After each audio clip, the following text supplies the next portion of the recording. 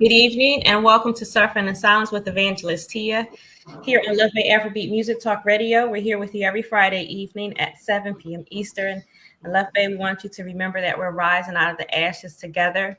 Our topic on tonight is obtaining and maintaining inspiration. We have with us our co-host Erin Mitchell, and our guest for this evening is Arleen Geathers, who's been with us before. Arleen is the author and creator of Inspirational Journals for You. Listeners, if you have any questions or comments for our guest or co-host, you can email us at sufferinginsilencedv@gmail.com. You can also text us at 437-778-3299.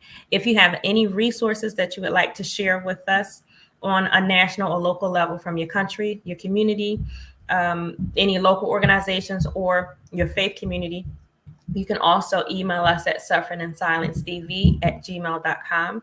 And with that, Erin, if you would greet our listeners on this evening. Yes. Hello, everybody from the Love Bay community. It's so good to be here this evening with you, as always. Just wanted to introduce myself a little bit. I am on the board of Rising Out of the Ashes, and Evangelist T and I have been working together for several years now, working with those individuals who are suffering from situations of violence and supporting them in immediate transitions out of those situations. I myself have experienced violence in my own life and also have worked in confluence with Indigenous women and girls on reservations throughout North America and reserves in Canada, supporting them in empowerment and self-defense training programs, so that they might go back to their communities and spread empowering words of wisdom and teachings throughout their communities on a holistic level, and just supporting anyone out there who's experiencing violence, that are in dangerous situations, but also those who may come into those situations and be better prepared. And then also who are recovering from those situations. And this recovery is a lifelong journey. For me, it's been 30 some years of still unwinding and unraveling the ways that those violent and painful situations have impacted my personal life and my life journey. So I am just honored to be here with two very strong, powerful, loving women and be a support system to each and every one of our listeners tonight. Thank you so much, Erin. Arleen, would you greet our listeners and viewers on this evening? My name is Arleen Geathers. It's a pleasure to be here to sit in the presence of two powerful women who are seeking to inspire other people and other women to level up and to experience a better experience. And so I am the author and creator of Inspirational Journals for You. It is a collection of what I like to call sustenance journals, and they are journals that speak out to you and encourage you and inspire you to experience something greater or experience something life-giving as you take on the journey of journaling. Journaling by itself has multiple benefits. What I love about the inspirational journals are that they bring into perspective your voice, the voice of our Heavenly Father, and then also the voice of the author. And there's this conversation that takes place as you journal that will never be forgotten. And so I thank you for the opportunity to speak on and to join in the conversation, to encourage others to continue to obtain and maintain their inspiration. Thank you so much, Arleen. And where are your inspirational journals available? So they're available on my website. The name of the website is www.journalpower4u. That's journal power and the number 4u.com. So you can going to my website. You can also reach me. You can email me, and I'll be glad to send one out to you. You can reach me on email at IJ, which stands for Inspirational Journals, the number 4U, online.com. Awesome. Thank you so much, Arleen. So, listeners, Love Bay family, as Erin mentioned, our nonprofit is Rise Out of the Ashes, Inc. And if you would like to support us, you can go to GoFundMe and look for our nonprofit, Rise Out of the Ashes, Inc. You can also mail a check to us if you prefer. That way, you can make it out to Rise Out of the Ashes, Inc. And we are at P.O. Box 15. Drexel Hill, Pennsylvania, and our zip is 19026. We'd also like to share just a few resources. First, Pastor Darius Daniels. He's the pastor of Change Church. His website is dariusdaniels.com. I believe that his messages would be encouraging if you are moving through your healing process on a deeper level. His YouTube channel is Darius Daniels TV. We have the National Domestic Violence Hotline in the United States. The website is thehotline.org. The phone number is 800-799-7233. For information on male sexual abuse in the UK, you can visit the Male Survivors Partnership. Their website is malesurvivor.co.uk. In Australia, we have the National Family Violence Counseling Service. Their website is www.1800respect.org.au. And their phone number is 800-737-732. And then we have the Canadian Women's Foundation. Their website is canadianwomen.org. And their phone number is 1-866-293-4483. And with that, listeners, again, our topic on this evening is obtaining and maintaining inspiration. And one of the first things I wanted to do, I wanted to share some green flags for people, because we always, we give the red flags, we give the warning signs, we give the danger signs. But I wanted to share what I came across this week, some green flags for people who are in your life. This was a post that I actually saw on Twitter. It's from, I don't have the person's name, but their, I guess their tag is Stop Workplace Bullying. And so some green flags for people in your life: their presence is calming. They respect your opinion. They make you laugh. They listen without judgment. They are supportive. They respect your needs. They honor your boundaries. I love that one. They honor your boundaries. They make an effort. They make you feel valued. So as we talk about inspiration, obtaining it and maintaining it, I thought that those were great points to get you started on that pathway. But this is a topic that we wanted to get into because quite honestly, it's just hard to do sometimes. It's hard to be inspired, to get inspired, to inspire yourself. And then when you get that inspiration, at times it's hard, or can be hard, to keep it. And that's what we wanted to just put on the table, just the reality of it. Anyone dealing with a situation of domestic violence or sexual assault or any kind of trauma, you're trying to move forward. You want to move forward, but it's hard to get that. What word do I want to use?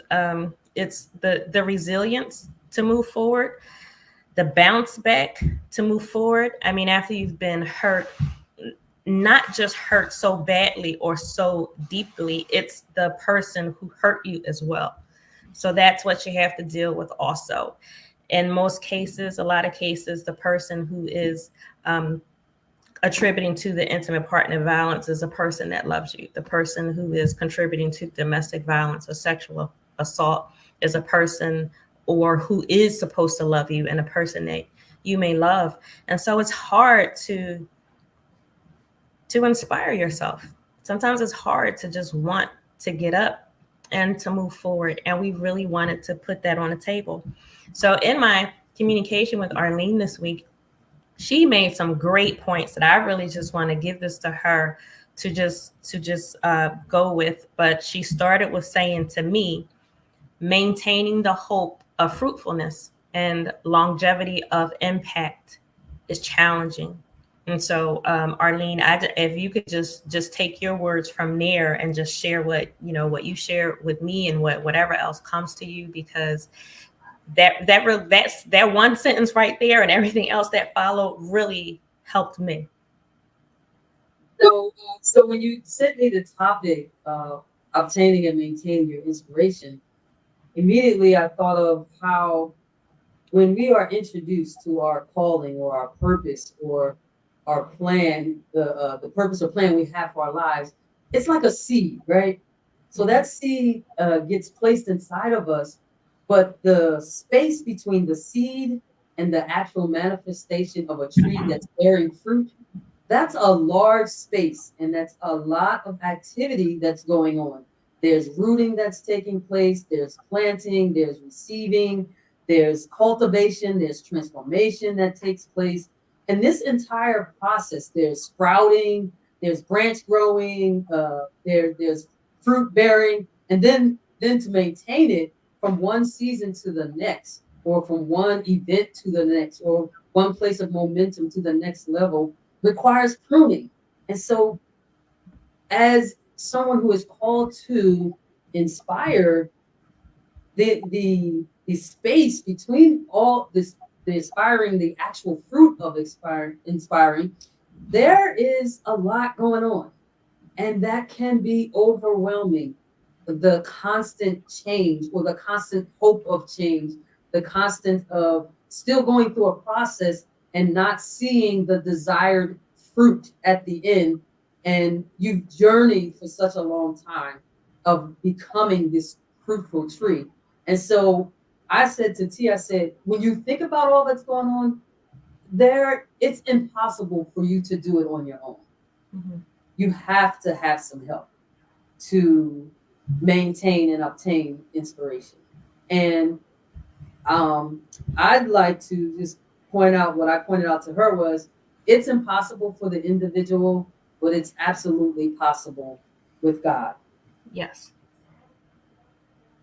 And just your words for me, really, it was like you emphasized what I already knew, but for whatever reason wasn't saying at that time as I was thinking about it. And so it just resonated, and it just confirmed, and it gave me a boost in that moment. Like yeah, it's okay. It's going, it may not look like what I want it to look like, Mm-hmm.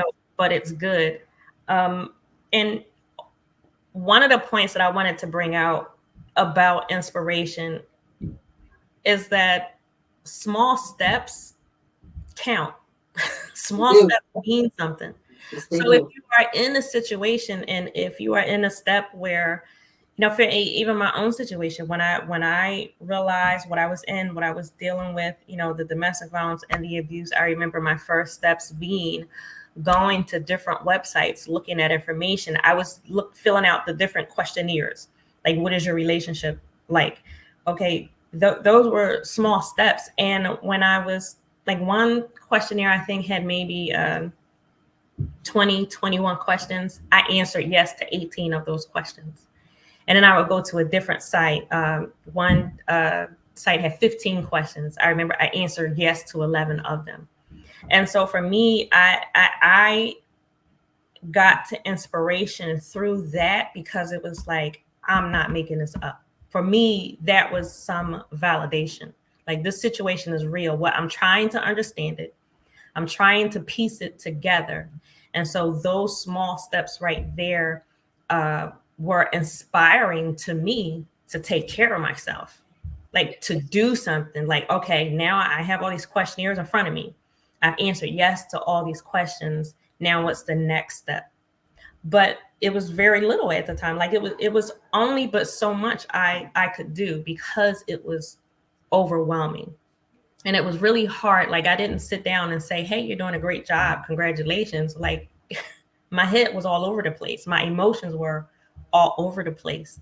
But I want to point that out, to you, Love Bay, wherever you are in your process, whatever you count as inspiration, it counts, right? So I really wanted to point that out. I wanted to throw that out there. The small steps matter. The small steps count. Erin, you want to throw anything in there? Yeah, I love the tree analogy, Arleen, because I think at times maybe when I didn't feel inspired, I may have been in the pruning process, right? Like, so that's a really beautiful reframe, so that it doesn't feel so disconnected, or that I don't feel so disconnected when I'm in a process of not feeling the fruit or feeling the flow of what's coming through me. So that's really important to me. I also really love the word inspire, that it means taking a breath in. And when you were saying like the simple steps, Tia, the simple things you can do, that literally just breathing in, the air. Yeah. And we're blessed if it's clean, that we can take a clean breath of air in to our bodies. And that's, to me, that is just, I think the word holds a lot of power, and we can complicate it, but that air that we breathe, the spirit, that God, or love, or whatever you want to call the higher power, brings into you, that in that moment is inspiration. And then there's other times where inspiration is really powerful, and you get that idea, you get that creative pull to start an organization, to call somebody that you haven't talked to in 16 years, and you make the call and they tell you, oh, my husband just passed away. These are other ways. And I think, Arleen, what I would love to ask you is, what does it feel like for you and the people that you work with? What do you hear most about what it feels like to be inspired, and what does it, is there a way to maintain it, through the times when you're pruning, so to speak? So there's this so my biggest inspiration is seeing other people's light come on, right? That is my biggest inspiration. So I get the when someone picks up the journal and that word touches them right where they are and it encourages them, that inspires me. Inspiration is a validation of what you're doing matters, right? So for each one of your organizations, when you know that you've helped somebody, and when you get a chance, if God allows you to see that you actually help someone uh, out, through, over, past, beyond, again, when you see that, that's inspiration. And I remember when I first started the journaling, creating these journals. And by the way, the journals you saw on the website, nowhere near the original journals, right? They were a little rough, not as grasping and not as eye appealing. But I had started, right, and I was about a year and a half in, and I went to a yard sale to set up and sell the journals at my children's school. And before I went in there, I was so discouraged, right? Because I wasn't really selling only to family. And I was thinking, well, this is just going to be, I felt like they were buying it just because it was me, right? And I was their family member.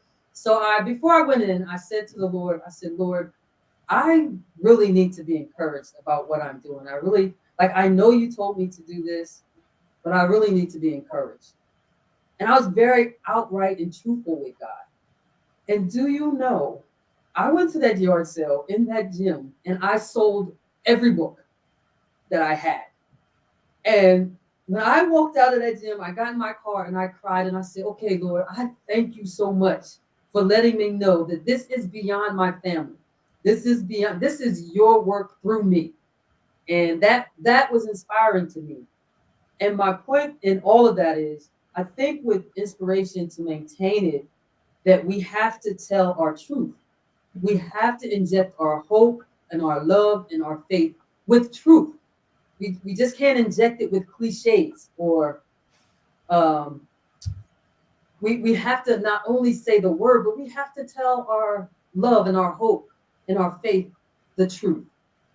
And the truth about why we started what we started, why we're producing this fruit, the truth about the flow in our lives, like the people that are pouring in and the people we are pouring out to. The truth about that, are we connected both upward with God, and are we connected to other people? So we got to tell ourselves the truth about that. We have to tell ourselves the truth about ourselves, right? So sometimes it's not that we can't maintain or obtain inspiration. We're tired. We just need to rest. Or we just need to build in a system of self-care into our lives. And even maybe you can't get away for 3 days, but I think we all need 3 hours out the week where we're just resting, sitting back, and going to that place physically or emotionally or performance-wise. Like for me, it's near a body of water. It could be a little pond, it could be a lake, it could be a river, it could be the ocean.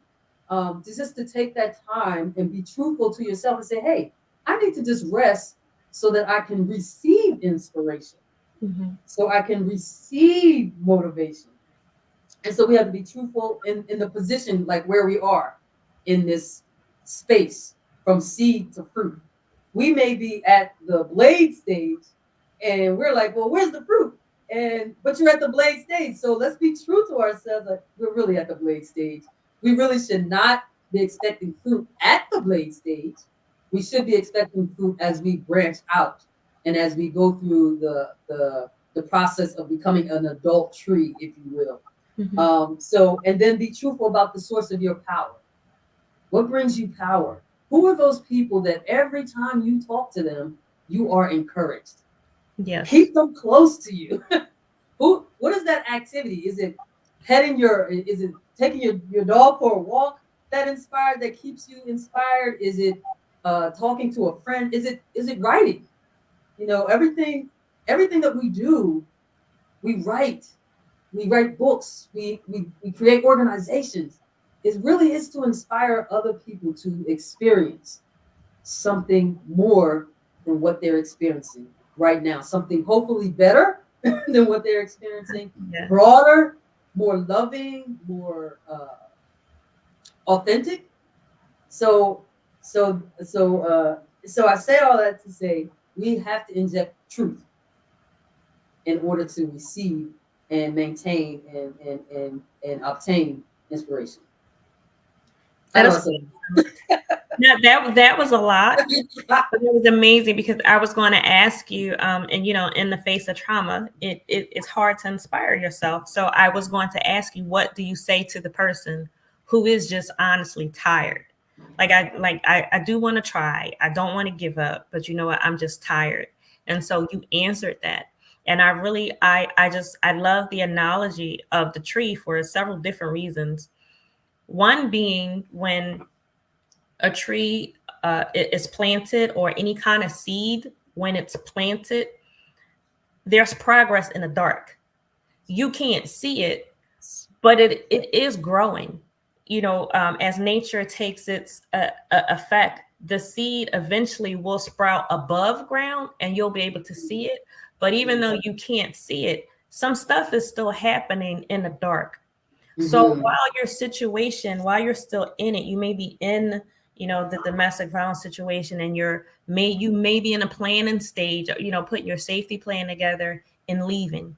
You may be, as and Arleen said, be truthful. You may be in the beginning stage, going through those questionnaires, trying to figure out, what is this? What's going on? What's happening? You may be in a stage where, you're reaching out for help. counselors or building your support system. And in those stages, wherever you are, you may not see the seed above ground. You may not see, you know, the sprouting that you want to happen above, but some stuff is happening in the dark. So, and I really want to be encouraging to you, Love Bay, that whatever steps you are taking, as long as you're taking a step, that's progress. Even if that step for you right now is, I need to just wait. I need to just take a breath. I need to just rest.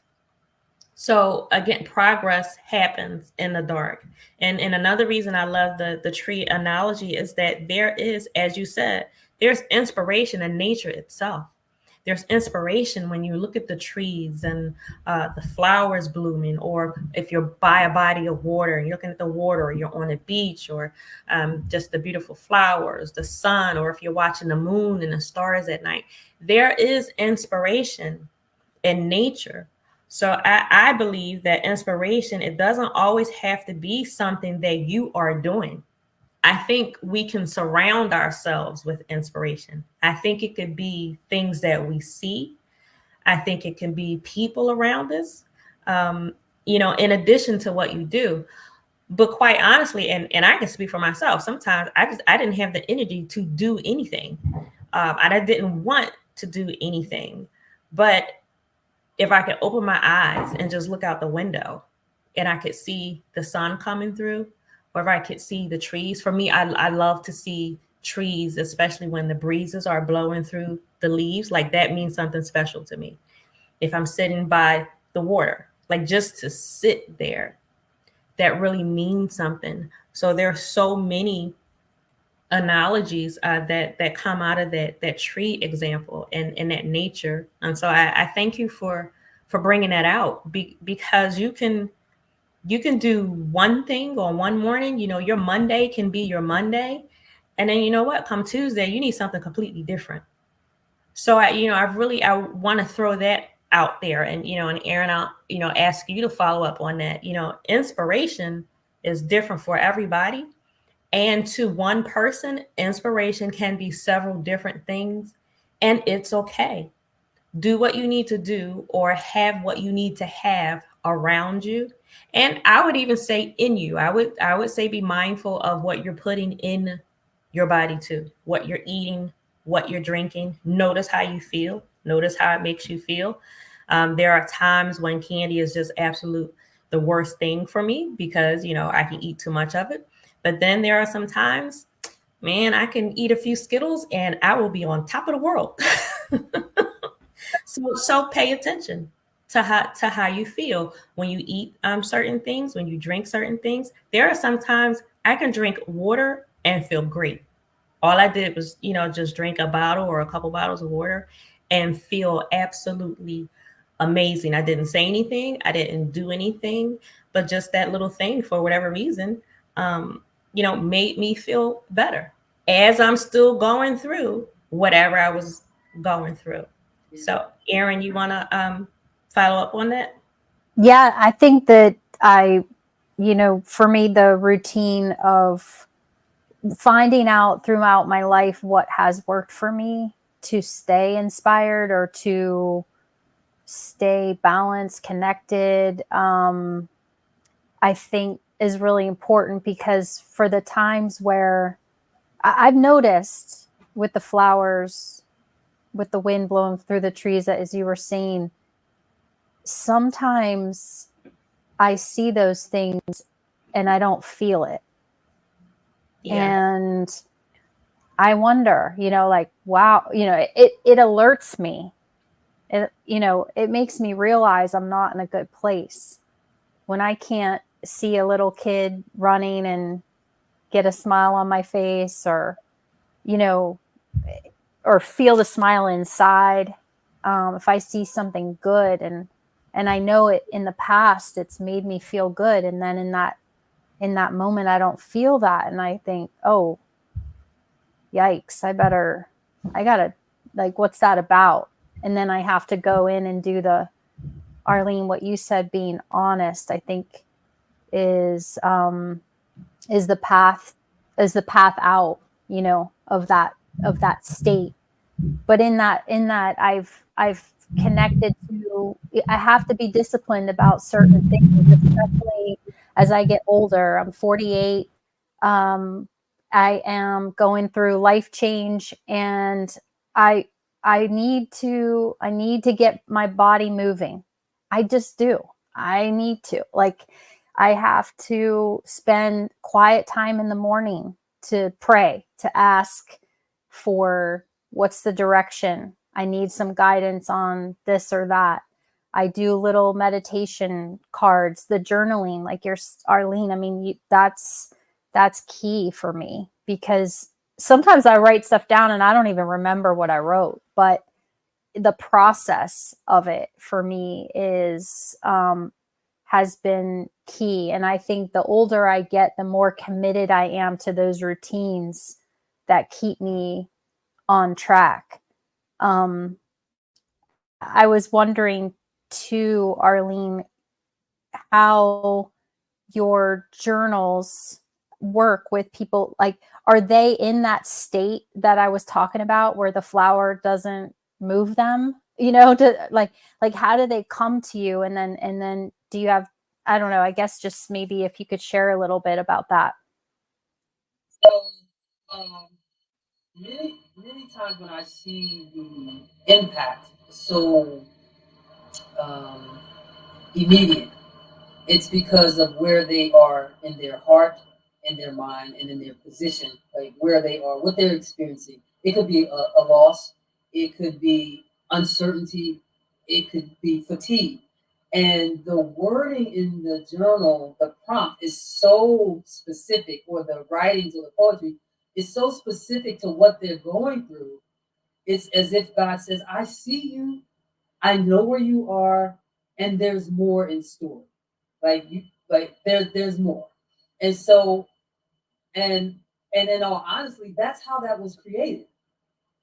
This whole journaling ministry was created because God let me know when I was immediately unemployed, and just went to work one day, and they sent me home and just was like, yeah, your job no longer exists. Single mom, 3 kids. I was like, oh my gosh, what am I going to do? And the Lord had to just let me know that I'm your provider. But out of that event came the notion of, I want other people to know that there's something more after this, after that thing that rips your heart apart, after that thing that says you're not going to make it past this, and you'll never, and that thing that is honestly will change your life forever.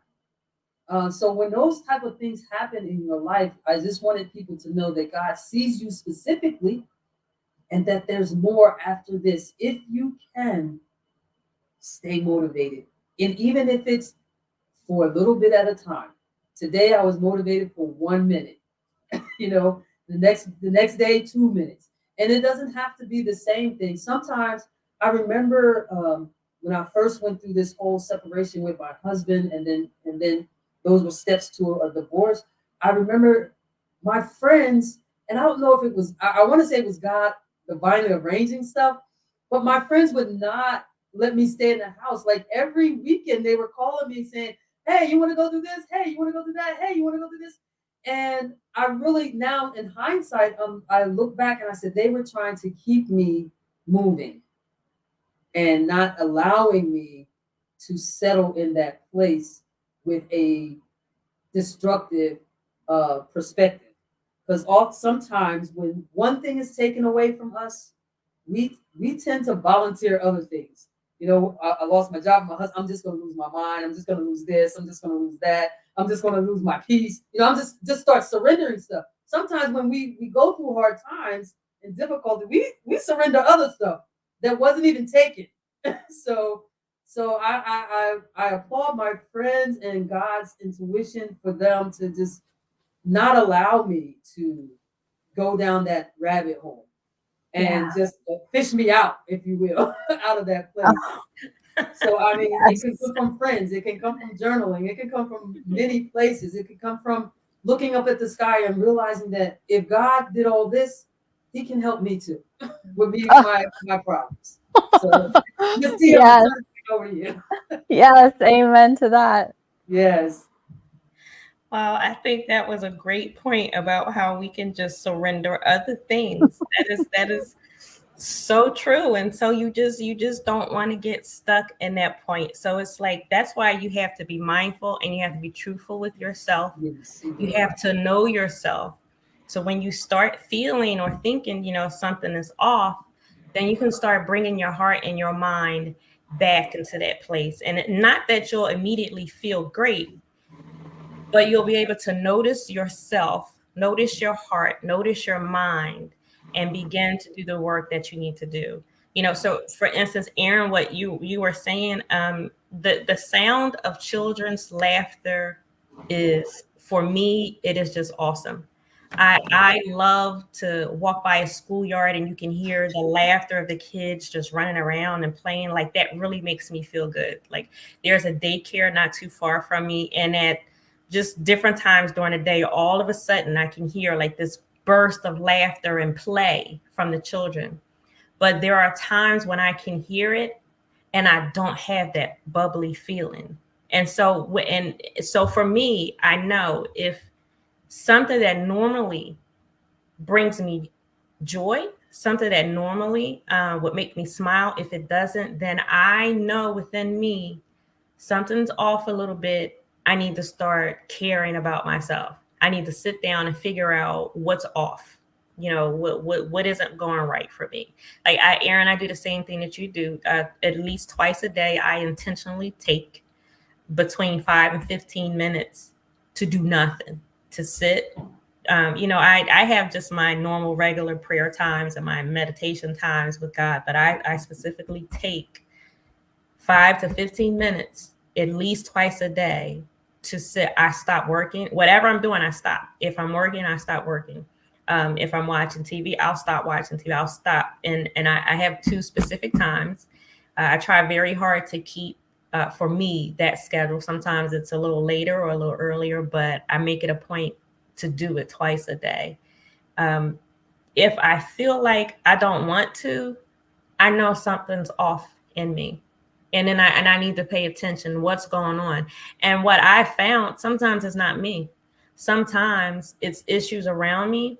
And it's like I have to detach myself from somebody else's pain or somebody else's trauma because it's weighing on me. And so you really have to pay attention to your own heart in that way too. Are you taking on somebody else's stuff in a way that's harming your self-inspiration? Are you taking on somebody else's stuff in a way that's, you can't smile and, you can't move as fluid as you normally would because you're really sad about somebody else? And I think empathy and compassion is awesome, but there has to be a time where you let it go.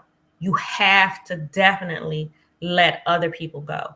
Sometimes we got to let our own stuff go for a period of time. We got to pick it up and deal with it however we need to. But absolutely, you have to let children go. You have to let the friends go. You have to let work go. And when I say let it go, I'm not saying completely forget about these people and you don't care. But I am saying you have to intentionally set down issues that are weighing on you and bringing you down. And again, being truthful, you have to realize there are some things you can do nothing about. There are some things you are not supposed to do anything about it. So sometimes you just have enough dealing with and living your own life. So living your life and trying to live somebody else's, paying your bills and trying to pay somebody else's, getting your counseling together and trying to figure it out for somebody else, make sure that they're in counseling as well. You can't do that.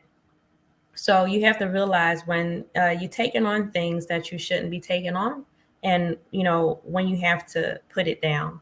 But I would absolutely say, and we always want to be transparent. We always want to be very, very honest. Sometimes it's hard to say what you don't feel. I know I tell people and I encourage people all the time, stand in front of the mirror and you tell yourself you love yourself. Tell yourself that you are beautiful. Tell yourself that you are going to get through this, that you are going to make it. And when I'm dealing with people, a lot of times they are in the midst of a situation of domestic violence.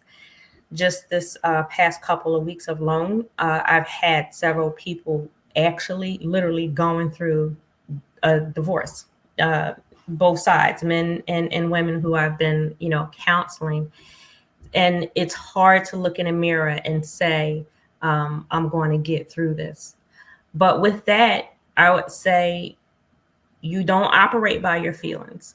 I'm not saying be untruthful with yourself. I'm not saying fake it. I'm saying, to look in the mirror and to say that you are beautiful. You are. That's a true statement, even if you don't feel it. So you don't operate by that feeling of you don't feel like you feel beautiful. You don't feel like you feel worthy. You don't live your life like that.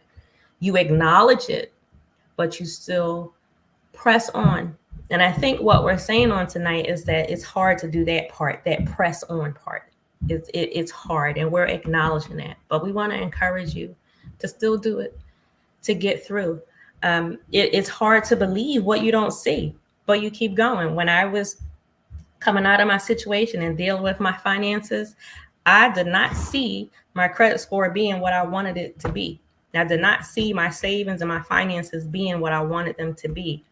But I was doing what I could do. I was taking little steps at a time. I was paying one debt off at a time. I was saving what I could. And eventually I was able to see it. But I had to keep doing what I needed to do, even though those numbers didn't look right in front of my face. And it was true. My debt and everything, it was jacked up. That was the truth of the situation. But I couldn't stay there. I couldn't just say, well, it's always going to be like this. I couldn't say, I'm just going to give up, and like Arleen said, just surrender to everything else. Like my credit score is jacked, so I'm just not going to get a car, and I'm not going to have a house, and I'm not going to go to school, and I'm not going to have food and clothes and whatever. No, I just had to take a breath and deal with it as it was and move through it one step at a time. But again, it's not easy to do. It is doable, but it's not easy to do. And I'm telling you, as Arleen mentioned earlier, you can do all things with Christ. That's just a given, whether you feel it or not, whether you see it or not, because we walk by faith and not by sight. And I'm telling you, I can say this because I have done it and I am doing it. I don't throw words out there just to throw them out there. But I'm telling you what I know because I have lived it and I'm living it now. So with that, Arleen, I'll ask you for another thought that you have for Love Bay on getting through with inspiration, obtaining it and maintaining it. And so thank you for that, Tia. So I heard two things from you and Erin, and one of the things that stuck out is about being aware of where you are, being truthful to where you are, and then knowing that you know yourself and you're so self-aware that you're able to assess that, oh, I need to go back.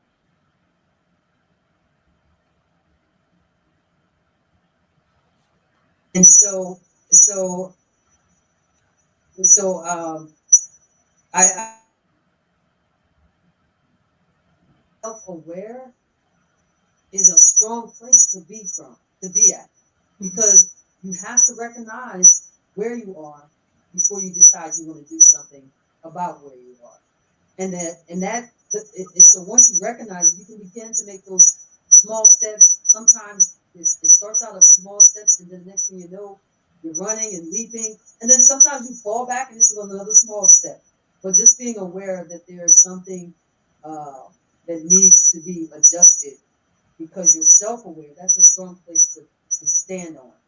And then the other thing I wanted to point out was that being in relationships and how your connectivity with other people can actually blind you from the motivation and inspiration that you have or once had, just because that connection is and I'll read it like I wrote it down. There are things and places and circumstances and people that use your energy without reciprocity or compensation.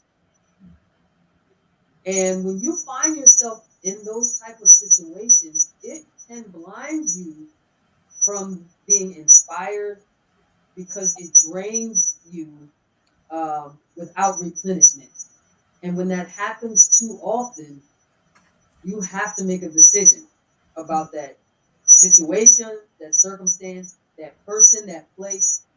Are you going to continue to allow your valuable energy, your time, your resources to be poured out without any type of reciprocity or compensation, right? And I say it that way for a reason, because there are times where you may not be compensated, but the award of seeing growth is enough.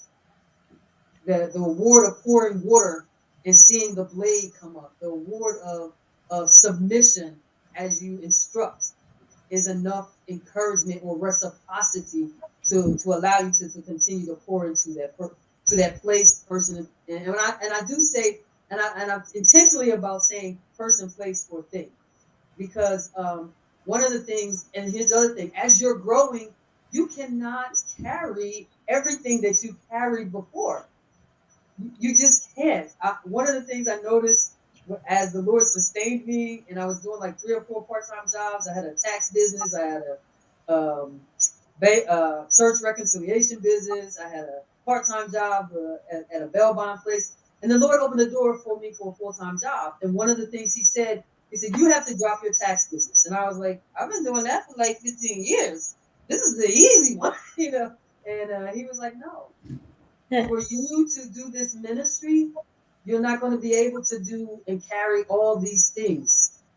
And when I put it out there to my clients, they was like, oh, okay. But when tax season came around, they still called me. And I had to say to them, I don't have the capacity now, because the Lord has called me to another place and I don't have that capacity. And some people respected it. And then and some people called back again. It was like, are you sure? And I was like, yeah, I don't have the capacity. And it took almost a year. And I even offered another person to do the job, but it took almost a year. And some people are still calling me like, are you still not doing taxes? I was like, yes, I am not doing taxes anymore. I don't have the capacity. And so there are growth spurts and exposures that we have and movements that take us to places where we literally have to let go. People, places, things, and sometimes activities that once brought us joy for that season, but now becomes a weight in another season of our fruit bearing days. And so I just wanted to say that. And the last thing I want to say in response to you, Tia and Erin, is that I am intentionally using the word truth. I am not using facts. So, and I say that because, the fact is, my bank account is low. The fact is, I don't know how I'll pay these tuition. Like when I lost my job, I was like, the fact is, I don't have a job. My kids are in school with tuition. I have a mortgage. These were all the facts. And the truth was, God will supply everything that I need according to His riches and glory. And so my faith said, well, what are you going to do? You can't have faith with no works because it's dead. So I started looking for work, and the Lord was just like, yeah, go here and do this and do that. And that's where all those pieces, bits and pieces of jobs came from. But the truth, we have to tell ourselves the truth. We see the facts. The fact is, I didn't have it. The truth is, I have someone who can. And there have been times, and we have to take the limits off, right? And I'll tell you this story real quick. I went to the tuition office, and I couldn't believe I did this. And I know it was just the Lord just giving me courage to do so. So I go to the tuition office. They're like, you owe, this is what the tuition is going to be for the year. And I went in there and I said, this is what I'm going to pay for tuition this year. And I never do stuff like that. And I know, and it was only because I heard a word that said to me, I was in church and they said, take the limits off of God. Things don't have to be as they are, just because they are. So I went in there and he said, well, this is the tuition rate. I said, this is what I can pay. Can I pay this? Oh yeah, we'll see if we can get some scholarships for your kids, blah, blah, blah. I was like, okay, girl, do your thing. But had I not heard the truth and not focused on my facts, I would not have been inspired to go try it. So, well, that is everything that you said. What I heard was establish your boundaries and keep them, yes. No matter what. Establish your boundaries, stand on what you believe, and move in it. And as you were saying truth, another thing, a thought that came to me, and Erin, I'll ask you for your thought on this. When you said the word truth, the last time you said truth, what I heard in myself was be honest and don't live through somebody else's inspiration for themselves. Mm-hmm. Be honest about where you are and what's going on with you. If I'm not happy, I'm not happy. If I'm struggling right now, I'm struggling. I'm not going to pretend that I'm having a good day because Erin is having a good day. And, if we are, close enough, if Erin is in my support group, then I can say, Erin, I'm really happy for you. I'm glad that you're good, but I'm not right now. So don't put on a mask. Don't pretend. I think that's part of inspiration, the truthfulness, being honest, being able to say, not only do I not feel it right now, but I don't even know why. There were times in, my situation, nothing different had changed. Like he still was who he was. My job was still my job. My day was still my day. Nothing different happened. But I would be, just really off sometimes. I couldn't explain it. And you can say it was just the entire situation. Sometimes it weighed on me more than others or what have you. I didn't have an answer. But sometimes I felt like crap. And I mean, even when I had a plan, even when I knew I was getting out of there, when I knew the day, was coming, even when I did get out, I had days. And sometimes I can have days now where it's like, I'm just not feeling it right now. So it's like, all that cheery, beautiful, wonderful inspiration that I had, it's like it slipped through my fingers. And I didn't get up and say, hey, I don't want to feel good today. Hey, I want to go backwards today. No, nobody makes a conscious decision like that. But life is life, and it happens. So again, I say, be honest about where you are. If you're not feeling it, you're not feeling it. It's okay. And don't pretend because somebody else is feeling good or looking good. Don't do that. So that was the last thought that I had. Erin, what do you think? Yeah, I think that what I really love about what you're speaking about, Arleen, and the journals is that the questions, they act as that awareness that you need to unlock the place that you're in when you need to kind of peel back those layers. And the one question you had about are you tired? Is there a person in your life that you're giving a lot to, that there isn't that reciprocity? These are the things that if you're just in your own head and the support network isn't there in a moment. I mean, I can't remember how many thoughts we have a day. It's like 70,000 different thoughts a day. So it's some really wild number that I always get it wrong, but just trust me, it's a ton of thoughts.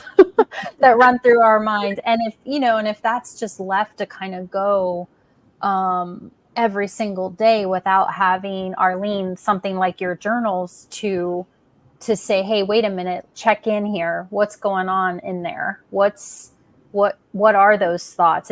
Are you tired, or is this happening for you in a relationship where there isn't reciprocity? Is there something else that's going on? I think that this is so critical, and that's probably why you sold every one of those journals at that first sale at the school, which is just such an incredible story. And I love that story so much. Arleen, do you find that, you asked in that moment, you said, show me a sign, and you certainly got it. Is that a continual process for you as you move forward with this work and with this art that you're giving, of yourself with? It is.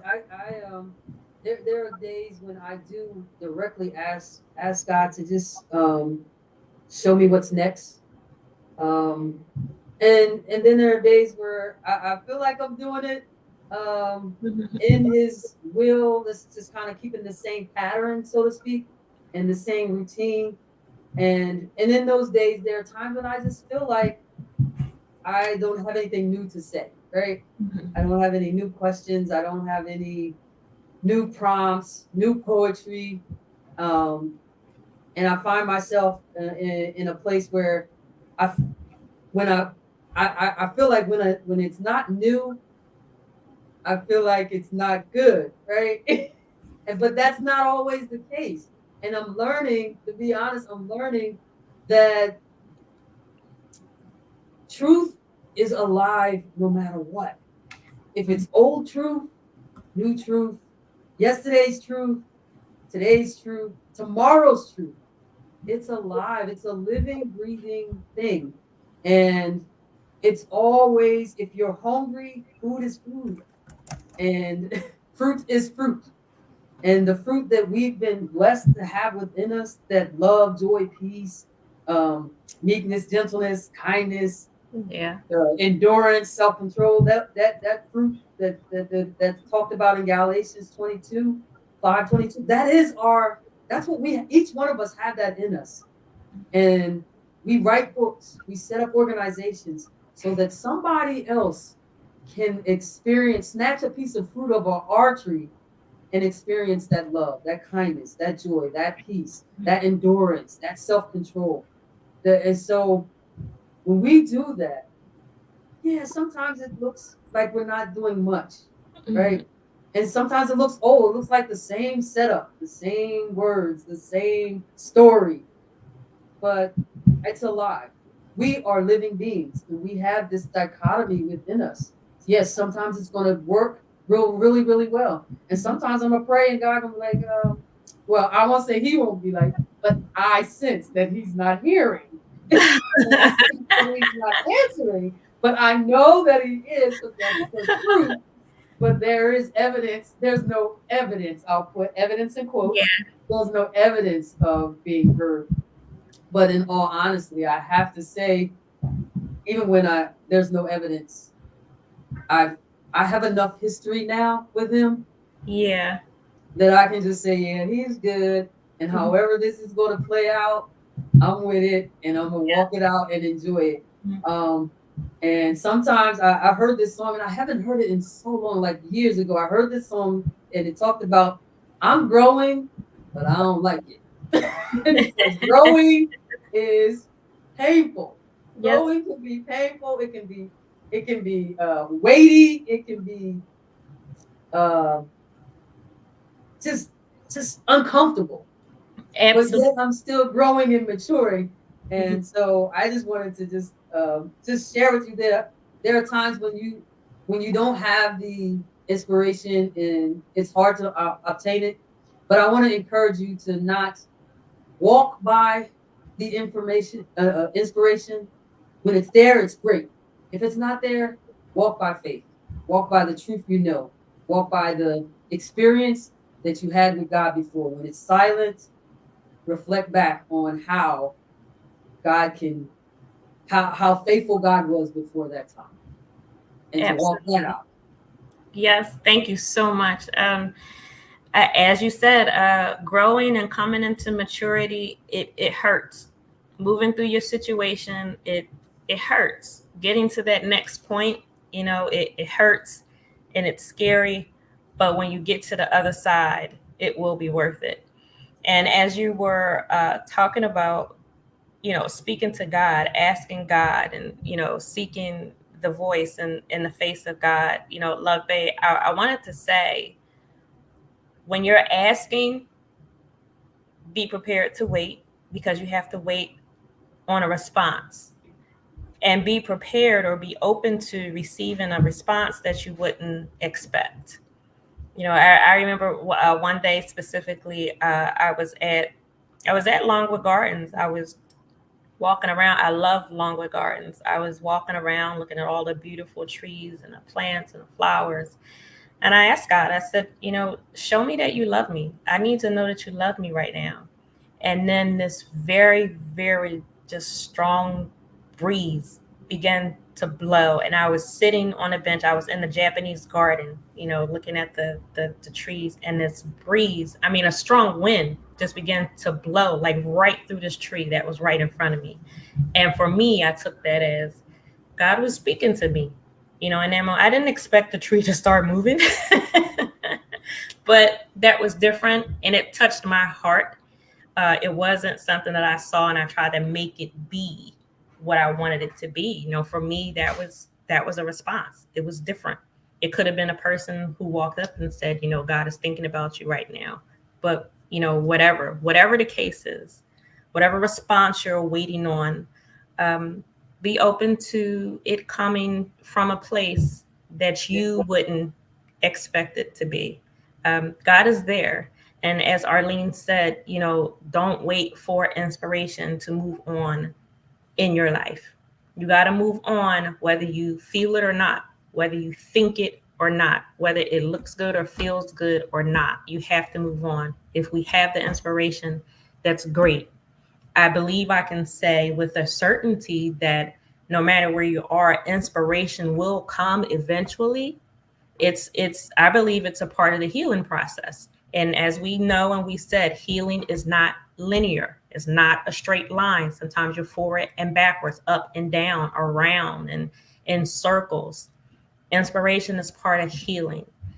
And when you're healing, sometimes you don't feel healed, but you're getting healed. If a wound is there, it's there. Sometimes you feel the pain until it's gone. It could be weeks, it could be months. But again, that analogy of the tree, progress is happening in the dark. So you keep moving forward. And we are a little bit over the hour. That was what I wanted to say to you, Love Bay.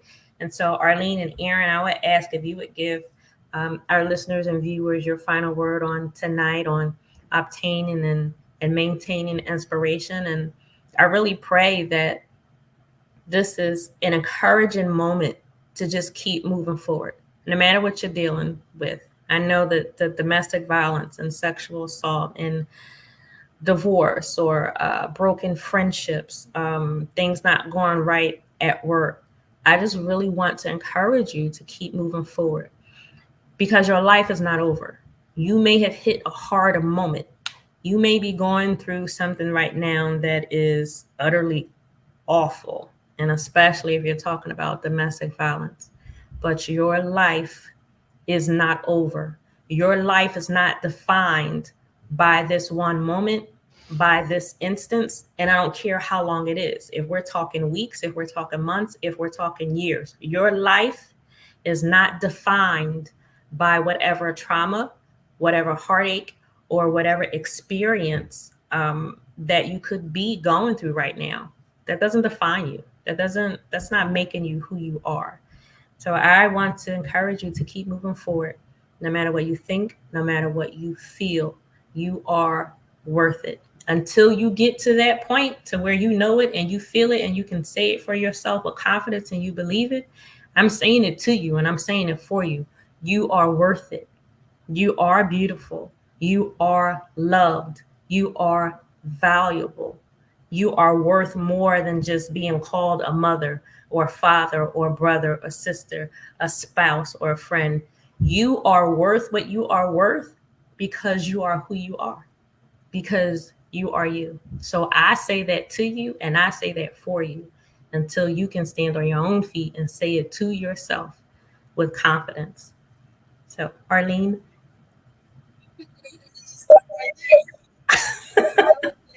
Big closure, right? So I'm going to pass the back on to Erin. I thank you for the opportunity to share and to hopefully inspire and just kind of share some truth about obtaining and maintaining your inspiration. And hopefully I've encouraged someone to keep moving, keep planting, keep watering, keep enduring the season. There's fruit, endure the pruning. There's more fruit. There's a promise after this. If you can just make it to that place, right? To that time where the fruit is scheduled to come forth. And so sometimes it's just running to get to that spot. Just keep running. It's already done. It's already done. It's already established. You just have to keep running till you get to that spot where it's taking place in time. So God bless you and thank you so much for having me. Thank you. Erin, you want to give us your final word of the evening? Yeah, it's just such a joy to be with both of you. Arleen, such a pleasure to meet you this evening. And to all the Love Bay listeners, so good to be with you all in circle. Just the tree, stay with it. You know, inspiration doesn't happen. We sometimes don't know the kind of fruit we will bear this season or next season. You know, sometimes I have been inspired and then it doesn't go as planned. And it's really not it's like the inspiration is coming through you from the higher being, from love, from God.